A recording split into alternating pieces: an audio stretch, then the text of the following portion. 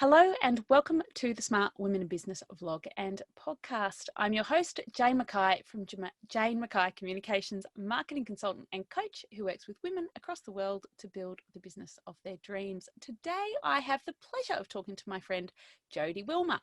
Jodie is the co-founder of Happy Changemakers based in East Gippsland, Victoria, Australia, same as me. Happy Changemakers helps small businesses owners cut through the noise, achieve breakthroughs, and take decisive steps towards their business goals without the usual overwhelm. Jodie and her business and life partner, Rob Nagy, do this through business planning and mentoring programs. For over 20 years, Jodie has worked with changemakers in not-for-profits and social enterprises. And over the past 7 years, this has expanded to include for-profit businesses with a purpose, including an increasing number of small businesses who want to create positive change and recovery and resilience programs for small businesses in regional and rural areas impacted by droughts, bushfires and COVID-19. And we are all of the above in East Gippsland, aren't we, Jodie? That's for sure. It's been a massive couple of years out here. So you've had such an interesting career over 20 years. So tell me about your business journey and how you got to where you are right now. Well, firstly, thank you for inviting me on the podcast. So I'm an welcome. avid long-term listener. Initially my first sort of real job, so to speak, other than working in bookshops, was working for an industry association in the tourism industry. And so I guess that was a funny sort of mix of working for a not-for-profit association, but the members were small businesses who provided amazing experiences for people in accommodation, tours, you name it. So that was sort of my first experience of working with lots of small businesses en masse. And I just remember one of the workshops that we used to run was called Starting Up in Tourism. And behind the scenes, we used to say that it was about if we could stop people from starting a business that was going to lose all their superannuation or cause, major drama, then that was success. And I think just because people can start a business doesn't mean they should necessarily do that. Sometimes it's good to go down a different path. So I think that initial experience in tourism really helped me understand that maybe people have to go away and have some other experiences before they're ready to start a business that can sometimes be all-consuming. And as you know as well, a lot of your listeners as well, running your own business can be all-consuming. My initial sort of career started with an industry association in tourism, and then I worked at Ayers Rock Resort, which was an amazing experience too. Wow. I didn't know you worked at Ayers Rock. Yeah. I actually, in the days before the internet, when I wrote a handwritten letter when for you and my I were application. children. That's right, exactly. And so I put in my letter as my opening sentence, "Oh, you'd be so proud of me, Jane, with your copywriting skills." I said, "I'm the sort of person that no matter where I am in the world, people stop and ask me for directions." Perfect, Sal. I love it. Boom, done. Yeah, and so and they loved that, and they figured they were pretty good qualities to be in guest relations. And so I was really fortunate that the person who was doing the recruiting was a former exchange student from Rotary, and I also was an exchange student, so we had something in common there. But I think our initial starting of our own business with Rob and I really came from wanting to be of service to people, and I think that my background initially in tourism was a big part of that. And so our first business together was actually coaching and supporting Airbnb hosts. Yes, which you were very successful at. And I was thinking of you the other day because a friend of mine is a Airbnb person, and I thought, but I know you don't do that anymore. We don't, no. Just tell me, I'd love to hear about your learnings from that, because Airbnb is such a new sort of business, but one that some people are incredibly successful at, and other people just sort of try it and it doesn't quite go so well. So what do you think, all the different sort of personality factors that are at play with successful entrepreneurship?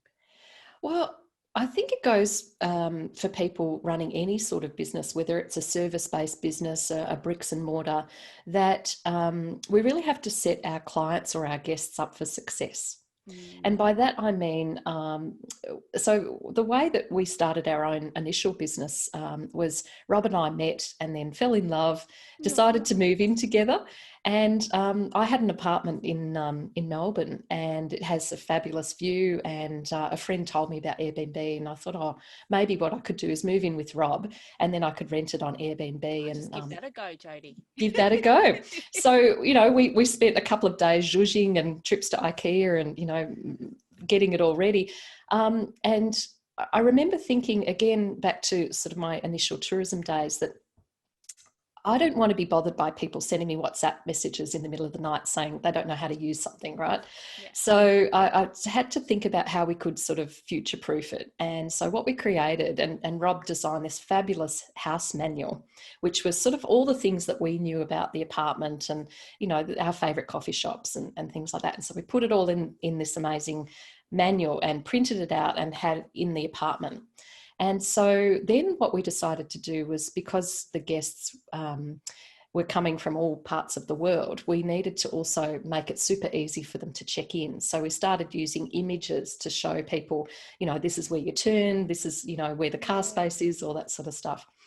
What we found was that not only did people feel really special and were delighted by that and the personal touches, we did like handwritten welcome letters and things like that, that we didn't get calls in the middle of the night from people not knowing how to do things. And what we found was that people were asking us how to do it. How did we set this up? And it was literally a friend said, oh, a friend of mine wants to rent out their place. Could you help them? And I had a cup of coffee. At that stage, I'd left my full-time role as a CEO of a not-for-profit. I was very, very burnt out, didn't know what I wanted to do when I grew up. And then suddenly I was having all these cups of coffee. And we were like, actually, we're spending a lot of time telling people how to do this. Maybe we could turn this into a business. And that's how it started. Amazing. Because it's, in marketing, we always talk about surprise and delight, and customer experience. And people go, oh, how am I going to do that? And it's really not that hard. Yeah. It's just people want to feel a bit special. Yeah. And it's nice to feel special. Mm-hmm. And I love working with clients about thinking about how ways you can do that with people. And it is that personalization. People want to feel seen and heard. And voila. Exactly. And I think too, what is quite amazing about this model of Airbnb that's now sort of global and huge is that, this notion of connecting with a local or living like a local. And I think in our businesses, there's always opportunities to delight people with the small things. And it could be as simple as sending handwritten cards, remembering somebody's significant event or birthday, celebrating their business anniversary, noticing when people have successes and being generous with compliments genuinely. I think, that doesn't take effort. It doesn't cost anything, but people do remember it and they feel, as you say, heard and noticed. And I think we all want to connect with other people and sort of be part of a community. And the only way you can do that is by fostering it yourself. And I think that the last 14 months have really demonstrated that importance of connection with other people. And I spoke about it actually in a pod last week about people are moving away from those evergreen funnels and they want to feel intimately connected with people because connection is one of our hierarchy of human needs. And when you make people feel connected, they will go the extra mile to give you a review or listen to your podcast or watch your YouTube video or leave you a review, whatever. And it just has returns in spades. Like it's just, and it makes you feel good. Yeah, absolutely. And one thing we noticed, especially working with small businesses during the bushfire recovery in our region, pardon me, in East Gippsland, and then COVID recovery, is that I think, people are so busy spinning their wheels or busy trying to, do all the things that they sometimes forget about the thing that lights them up, about what they enjoy about their business. And I think a lot of the work we do is helping people reconnect with that purpose and about what is it that is the legacy they want to leave. And I don't mean necessarily, you know, in 50 years' time, but even being able to think about the no-cost, low-cost things you can do that just are out of kindness, and help people feel connected. And you know, we noticed a lot of people were trying to do, you know, Facebook ads and things where they felt awkward because they didn't want to sell at a time when people maybe didn't have the funds to buy. But, you know, we said to a lot of our clients, especially about business planning, that, you know, when was the last time you picked up the phone just to say hi? Yeah. To your clients, not to sell them anything, just to see how they're going. Yeah. And I mean, I'm not a phone caller, admittedly, I'm an emailer, but due to the fact I usually have children yelling in the background. But I just emailed a client this morning, and she's in America, so it's awkward anyway. But she's just emailed me back. She's like, I'm just getting into bed. You know, thank you for being a cheerleader of mine. And that's all people like, you know, that little support, you know, just one line, checking in, how you going? You know, and that's all people need to feel that connection. And it doesn't have to be high cost. It just is higher touch, but it's not that investment. So it's Exactly. it's a lovely way to serve people in business as well. Yeah. And I think we've just come across this notion of unscalable conversations through some workshops we've been doing for our own development with Wake Up to Freedom, which is this really fantastic program. And unscalable conversations, meaning that, you know, they're tailored. And, you know, I found that, again, you know, some of the things that we do really resonate for people, and you know, leaving audio messages, and it's not about sort of bombarding people or encroaching on their space, but genuinely checking in to see how they're doing. And it's funny that sometimes people say, oh, I was just thinking of you the other day, or you know, and I think, you know, that's not a sales strategy, right? That's a nurturing and just sort of service strategy. Exactly. And it's beautiful. It's a beautiful way to run a business. I love it. I subscribe to it myself. So you and Rob, who's lovely, have, I hate to use the word pivot, but pivoted into this drought and bushfire recovery, COVID recovery. So how was that for you to make that switch from your old business to, because that's very local as well, especially around here? Yep. Yeah, well, I guess our initial business, the Airbnb side of things, was really for the first 3 years of our time together. And then we realised that we were highly reliant on a platform that we had no control over. And we were working with clients all across the globe. And, you know, we'd spoken at Airbnb Opens around the world and met the founders. You know, it was quite an amazing journey. And, you know, we have lots of lovely friends and memories about that. But we really wanted to do things that we could do from anywhere. But also we were really mindful that, you know, a lot of the programs out there for small businesses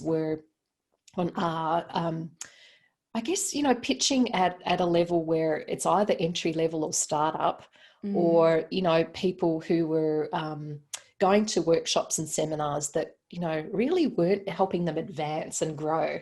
And I think, you know, when we were looking for what was out there and, you know, where's our superpower, what could we offer and do, we realised that Rob's background in technology and sales are pretty amazing superpowers. I mean, and his perspective on sales being of service and helping people really understand, you know, the simple steps they can take is really unique. I think sometimes a lot of people overcomplicate it. And I guess for me, you know, I was also thinking about what could we do with the skills that we have that could be of service to our community. And certainly we've been very fortunate to be able to work with some amazing businesses who have been impacted by bushfires in different ways. You know, some people sadly lost everything. Some people lost all their customers because, you know, people couldn't travel. Everybody's been impacted in some shape or form. We all have everybody in East Gippsland. everybody. And so I think what we recognised that was important was to allow people to just talk and be heard, and not try and fix things, and people have amazing inner resilience and resources, but at times of distress and difficulty, it's hard to tap into them. And so, I guess we've helped people focus on the things that matter for them, and give people support to take action, not get overwhelmed by, the bajillion things to do, but maybe what's the one or two things to do. It's one thing to do tomorrow. Yep. And the day after that, and I keep coming back to Atomic Habits in this. Oh, I love that book. I love that book. Just 1% every day. And and that it's interesting you talk about not trying to fix things. It's when you have conversations with people and you go, now are we in solution mode or are we in listening mode? And sometimes people just need listening mode. But I always dive into solution mode. I do too. and I'm more aware of it now. And so, I will often ask people, what do you need from me? Yeah. And that I found a helpful question, because sometimes people will say, I just need you to listen. Or sometimes it's, I've got this big bundle of mess and I just don't know really where to, find the thread. So, something I'm very good at is actually taking a lot of chaotic information and thoughts and helping people make sense of it. And I've realized that actually in our business planning work, that is a superpower, because often people have no shortage of ideas, right? Yeah. No shortage of to-dos. No shortage of shiny objects. Yes, exactly, exactly. And I always like to challenge people in a gentle way, sometimes in a little bit more forthright way. I cannot imagine you being too harsh. No, never harsh, but honest. Yeah. And I think sometimes people tell themselves stories about this incredible amount of things that they can get through in a day. But actually, is it really the things that matter? And is it actually going to make you money? Is it going to make you enough money to live the lifestyle that you want and to do what you need? And often the case is no, especially a lot of women in business. We find people generally, women tend to really undercharge. And so, that really is something that we help try and give people an understanding of their true value and their worth. Because it's interesting, isn't it? Because we get so caught up in the busyness of business that we feel if we're busy, we're productive, and we're not. Or like I always say, do the money making tasks first. Yes. It's easy to faff around and go, I'm very busy. Yep. But are you being productive? Is that, increasing your cash flow? And it's hard when you're in your business. And that's why having someone from the outside looking in is so valuable. Mm-hmm. And you'll find that all mentors have mentors and all coaches have coaches. And we all need that outside perspective, whether it's a group or an individual. It's so valuable. Yeah, so valuable. 100%. You can't see the gold in your business. Yeah, that's right. And I was just working with someone the other day who's a copywriter who, is incredible and has amazing skills that I don't have. And, when I was listening to the transformation she creates and the difference she makes for her clients, and in a fairly simple process, it's not months and months of work. And, I said to her, if you think about this, if you can help people get this result quickly like you can, it's actually worth more to people, because then they don't have to spend hours and hours. And it actually has more of a worth than you realise. And the other thing we did was sort of mapped out the effort involved. And what she realised by mapping out the effort, and by that I mean the time and the correspondence and all that jazz, she realised that she was sort of over-servicing them. And that there were actually some ways she could streamline things to make it easy for the client to get on board, easier for her to deliver, and easier for them to be able to then implement her solutions to, improve their tone of voice and other things in their business. But when we looked at it as a package, she could charge double for it. Yeah. It's so funny, that thing of most times you go to a coach or a mentor and they go, okay, your price is right, you need to double them. And it's so often you go, you go, what? Yeah. And you just are in that headspace, you're in a habit of undercharging. Yeah. But how do you find challenging people's mindsets around what they can charge? Well, I think one of the issues for a lot of entrepreneurs is if they're not paying themselves a wage. And that's one of the first questions we ask when we're working with people, because if you're not paying yourself a wage, you don't feel a sense of self-worth, that you're doing all this effort and you're not getting anything in return. And often people don't then value their own time. And so by unpacking that, we can then say, well, what things in your business are you doing that are not the best use of your time or skills? Or it could be outsourced to a bookkeeper, a VA, or multiple people. And that you can then focus on the things that you're really good at. So I think that mindset of money or pricing is often at the root of, we all have money mind blocks and things that we're all working through all the time. You're not there at a destination. You go, okay, tick that stuff. I'm done. In your I'm all over it. All over it. Yeah, exactly. But I think just by asking some simple questions to understand where people are at, but also to, sometimes people haven't in their own business shopped around to see what other people are charging. And I don't mean other people in your niche. I mean, purchasing other services from other people. And what we find is quite fascinating is that sometimes people just want someone to fill a hole. I want someone just to help me with this, little project. And we like to help people think more strategically about it. So, if you're bringing someone in as a subcontractor or a virtual assistant, what have you got in place that's not only going to make it easy, but also protect your intellectual property, confidentiality agreements?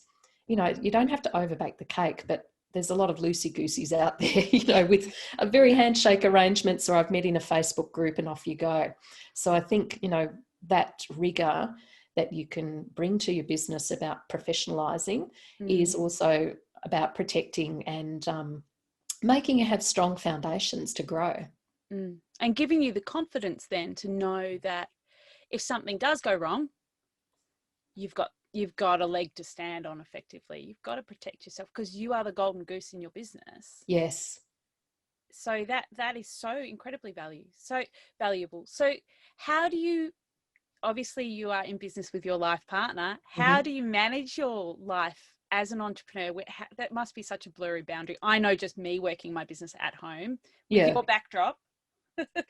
That's right. It looks great, by the way. Nice lighting too. I inherited Jodie's lighting and backdrop setup.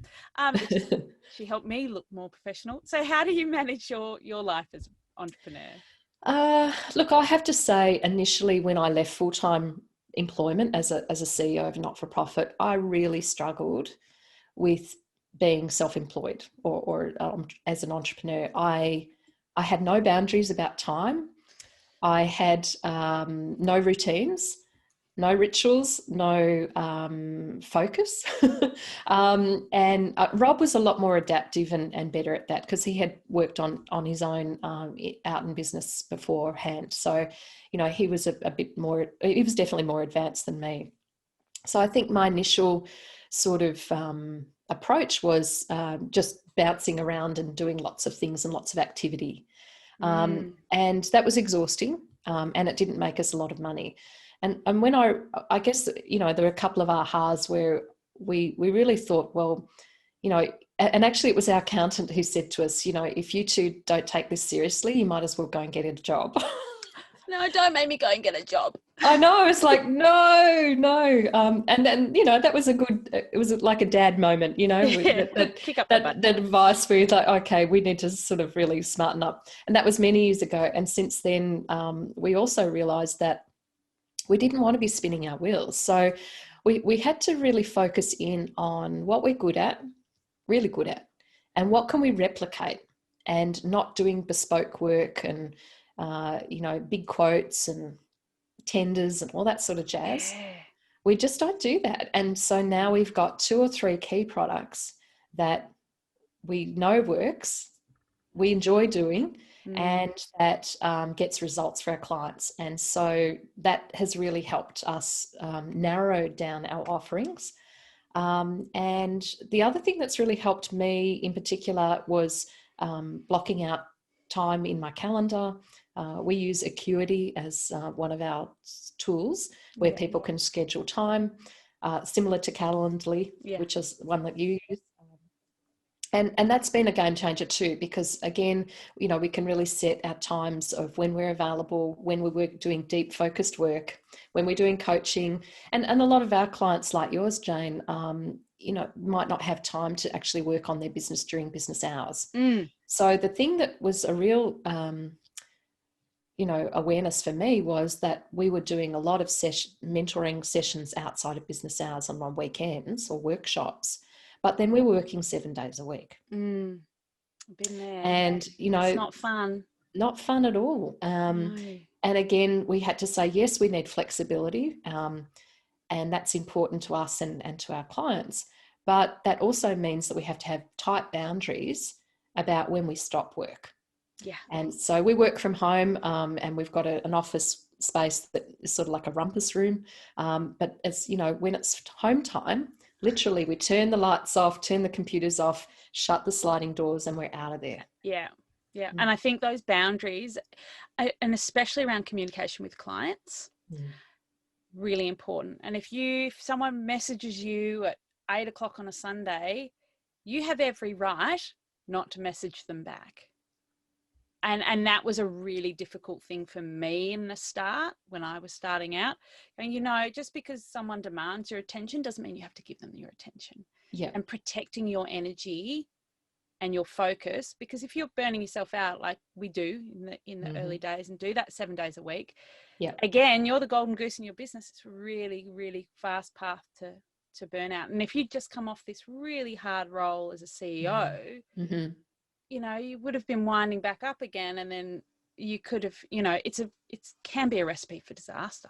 Yeah, you're so right. And I think I also learned that, and this is something that we talk about with our clients, is that, you know, we like to give as well. You know, we like to volunteer and do pro bono things, and you know, there's no shortage of need. No.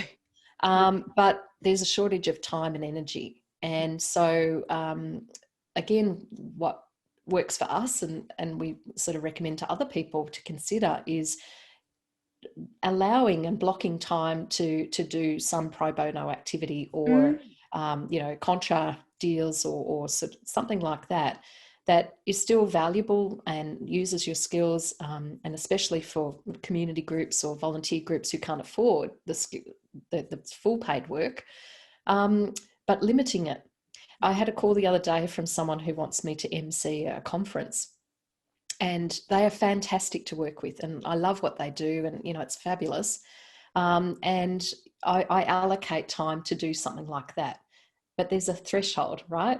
And so what that enables me to do, instead of people ringing me and contacting me and saying, oh, please, can you do it? And then trying to sub-store me, and, you know, and then I get all sort of, oh, I should help everybody and rescue. I go, actually, I'm really sorry, but I've allocated my time and I've used that this year. But you might like to go to this website where there's some other volunteers who might be able to help. Yeah, I do exactly the same. I'm like, you know, I have allocated pro bono per year. I always do it. But I'm sorry, if you come to me after that after the project's done, you have to wait till next year. And you do have to protect yourself like that, because you can't rescue all the kittens, which is what I said to a client the other day. You can't rescue all the kittens. Okay. And but also that pro bono work is giving back. We have skills. We have a responsibility to our community and our society to give back. So kudos to you, Jodie. So what does a great day in the office look like for you?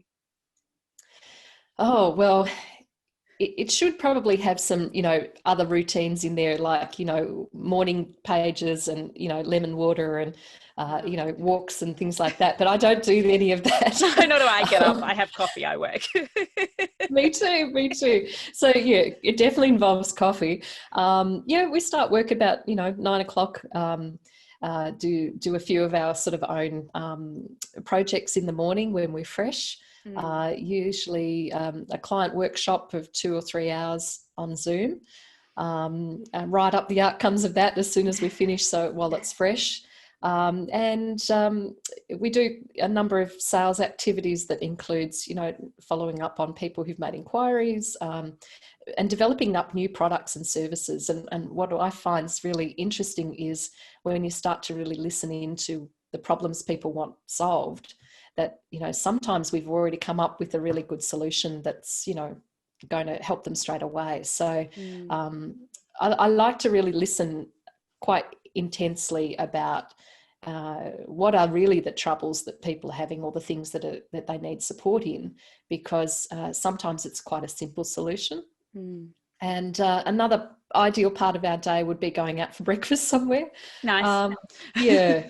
And then, self-care is important. So we definitely book, massages and things like that, where we, to look forward to and ensure that we are looking after ourselves as well. Yeah, rewards are important. And it's interesting because I like to go, like, if I hit this, then I get to do that. And I think that booking in time for you is a business development activity. But you talk about listening to people's problems. I always talk to clients about, what are your FAQs? There's gold in FAQs. And, it can be really simple stuff, or you listen to FAQs about barriers to sale and addressing them, really upfront, either in your social or your website. That they can be gold too. So that listening to in a different type of way to your clients is really valuable in terms of informing sales. Anyway, I could talk about that all day. What you've mentioned Acuity. So what are your favorite tools in business? Oh, we're both big fans of different technology solutions. So our all-time favorite is Asana for project managements and tasks. In fact, after this podcast interview today, I'm doing a demonstration for the X Factor Collective, which is a social impact group, just on how we onboard clients and use their forms in Asana, which is a really neat feature if people aren't utilising it. And forms, sometimes people have a Google form they get clients to fill in as part of the intake, but with using Asana forms, it goes right into the platform itself, and you can have it all in one spot. Acuity for scheduling client appointments, that's a game changer. We've been using that for years, especially in different time zones. That's awesome. Oh, yeah. Time is one of those things I can't work out. And I go, look, here's my calendar, go for it. Yeah, exactly. and it's interesting, a lot of people in the social enterprises and not-for-profits who are not familiar with it, small business owners are a bit more familiar with it, with, the book me button on Facebook and things like that. Other tools, well, we use Google products, Gmail, Google Drive. We've got a really good backup system so that we've got access to our files no matter where we are, but we've also got backups in case there's any cyber issues. Yes. Which is very important. IT manager.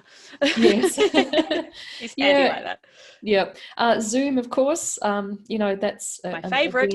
A game changer. And I was saying to someone recently that, we started working remotely before it was a cool thing. Or a necessary thing with other global pandemic situations. The other tools we use, particularly calendar blocking. So that's a big thing that really helps me keep focused and really be very productive. We use Xero for our accounting, which we love. That's super easy. Who thought we'd ever be talking about how much we love accounting software? But here we are. That's right. Well, actually, when we first started our first business, we went and saw my previous accountant. And I say previous because, I had to break up with him because, the worst advice I was given was, okay, you're just a small business and you're just starting out, use an Excel spreadsheet. Ooh. Yeah. And that's not efficient. No. No. And really what he was saying is, I don't like and use these software products, so you should just use what I'm comfortable with. Yeah, because it'll make my life easier. That's correct. Not what's going to make my life easier. So that's not yeah, service. not a service. Yeah, lovely man, but pretty old school. So yeah, zero is fantastic, and I guess I'd really encourage lots of your listeners as well on the podcast, because a lot of people think that they're not good at money or managing bookkeeping things, and we outsourced our bookkeeping a couple of years ago. I still raise invoices and do our payroll, but there are some really neat things that they can do as well. So yeah, I love that. And we love automations. We're at the point in our business where we're now starting to move and expand from the one-on-one client work or group work to some more digital products. Yeah. So yeah, we've been looking at different options there in terms of platforms for online learning and things too. So that's exciting. Interesting. I love an online learning. I used to be on Thinkific, and now I'm on MemberVault because it's very simple. But there's so many options out there for LMS, learning management software systems. Anyway, so many. Integrate with your website, do all sorts of things. I was looking at one this morning for a client. But anyway, so one of the things that I always ask is, one of the things that affects most entrepreneurs I know is imposter syndrome. So what are your methods to overcome this, and how do you respond to the bad days in business? Because we all have them, despite how shiny we are on Instagram. Absolutely. Yeah. Imposter syndrome for me is probably thinking that we need to do more work on something to make it better. And in fact,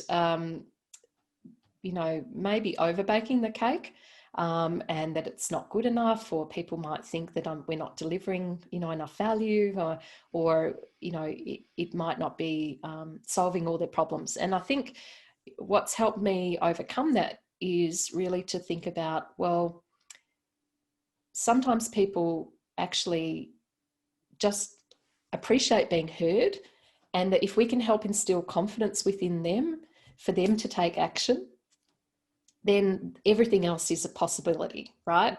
But if we don't hold space for people, if we don't support them in a way and to help them take imperfect action, then they're not going to get the results. And so when I say that out loud, I go, oh, I should really take that advice myself. FYI me.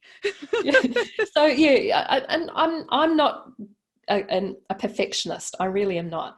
But sometimes I think, but I could keep adding and adding and adding. Yeah. But actually, sometimes that makes it too complex. Yep. Been there, done that. Yep. And it's hard because that, I think, is a reflection on often we underprice things, and then we try to value stuff them. Value stuff. Okay. Yeah. So we're trying to put more and more into things, so we're justifying the pricing to ourselves, when in fact we're overcomplicating the solution for our clients. And in fact, if we just give them the simple solution, they go, oh yeah, I can actually clearly see how I would get an outcome from that. Therefore, I get there quicker, like you're talking about earlier with your client. Therefore, it has more value for me. Yep. To me. Interesting. Yep. Interesting. So how do you maintain your sense of community in business? I think it's about making time to catch up with other entrepreneurs, and it could be a Zoom chat, it could be face to face, depending on our proximity. But I think it's about making time to just check in and care and spend time together. I think that's really important. And I used to think that networking events and things like that were sort of lots of activity and sort of busyness. But I've realized that I do get a lot of energizing from being, in a room full of people. Not all the time, I am quite introverted. So, there are times where I'll go, I've had my fix, and then I'll come home again. Yeah. Okay, I'm just going to go back to my cave now. See ya. Exactly. But, I do enjoy that sense of community where you have these random conversations with people. And it could be, at a coffee station at an event, or it could be just, in the bathrooms when you're coming and going, or you're just out of the car and you just bump into someone and just get chatting. And I like those random conversations that may never go beyond that, but it's about, just feeling connected with other people and knowing that there are lots of amazing people all on their own journey, and there's always things to learn, and there's also people who are interested in thinking about how they could show up and sort of maybe be a bit more involved in community. So I like to sort of think about ways that we can help instill some confidence for people to step up and do something out of their comfort zone. that old comfort zone. It's funny, it's you can have a little conversation or a pep talk with someone at a conference or at an event, and they go, "Oh my God, you've just changed my life." And you go, "Yep, job done. I'm gone." I had breakfast with some friends the other day, and we were talking about when you're in a situation where people keep piling on extra work, usually an employer type thing, but it can happen with clients. And I said, well, really one of the things I like to say is, if you'd like me to do this, what would you like me to stop doing? And the two of them looked at each other and was like a truth bomb. And they're like, "Oh my God, high five." And I was like, "Really?" And they're like, yeah, that's gold. I'm like, "Oh, okay." Okay. And that's that whole thing of sometimes you just need someone from the outside looking in and going, "You know what? You don't have to do that." And you go, "Oh, really? I give you permission. I give you permission." So I love it. So what's your why? What keeps you motivated? And this probably goes with Rob and your whole business ethos. Well, we love working together. I mean, this is something that we feel really blessed that we can do, and that we actually really enjoy each other's company. Bonus. Which is a bonus. I mean, not all couples in business do. No. I do have a rule though that when it's time for bed, we don't talk about work. But I think our why is really sort of helping people achieve their goals in whatever it is. And live a good life and not be working all the time. And so, my family ran this a small business all of my life and did that really well with a lot of hard work, but also a lot of family time. And so I think our why is to help people, live their best life and earn the money that they want and do things that are creative and that light them up and that challenge them. I love that, living a good life, because so often we start business to have freedom, and it does not work out that way. So no. I love that. So what are your tips then for all the smart women in business across the world? Oh, all the tips. Wow. Or your top tips. Top tips. If you're not paying yourself, you ought to be. Number one. Even if it's a small, amount to start with, I think that really helps you have a sense of achievement and self-worth and feel good about yourself. I think it's my other top tip would be take time out of the week to work on the business. We help people with a pretty simple business planning approach, and there's no point doing something like that if you don't have time to implement, if you're only ever servicing clients' needs or responding to everyone else's needs. So work on the business is really important, and take time out for you. Yeah. I love it. So thank you, Jodie. How can listeners find out more about you and your work? Thank you. I've really enjoyed talking with you, Jane. Thank you so much. Listeners can go to happychangemakers.com is our website, or Happy Changemakers on Facebook. And if people have things that they want to know or questions, we're happy to answer them at any time. Not on the couch while we're watching Married at First Sight, though. Yeah, which I still haven't caught up on, but it's all right. I've got MasterChef to watch now. That's right. Thank you so much, Jodie. I'll put your links in the show notes so everyone can find you. And it's been an absolute pleasure chatting with you. Thank you so much.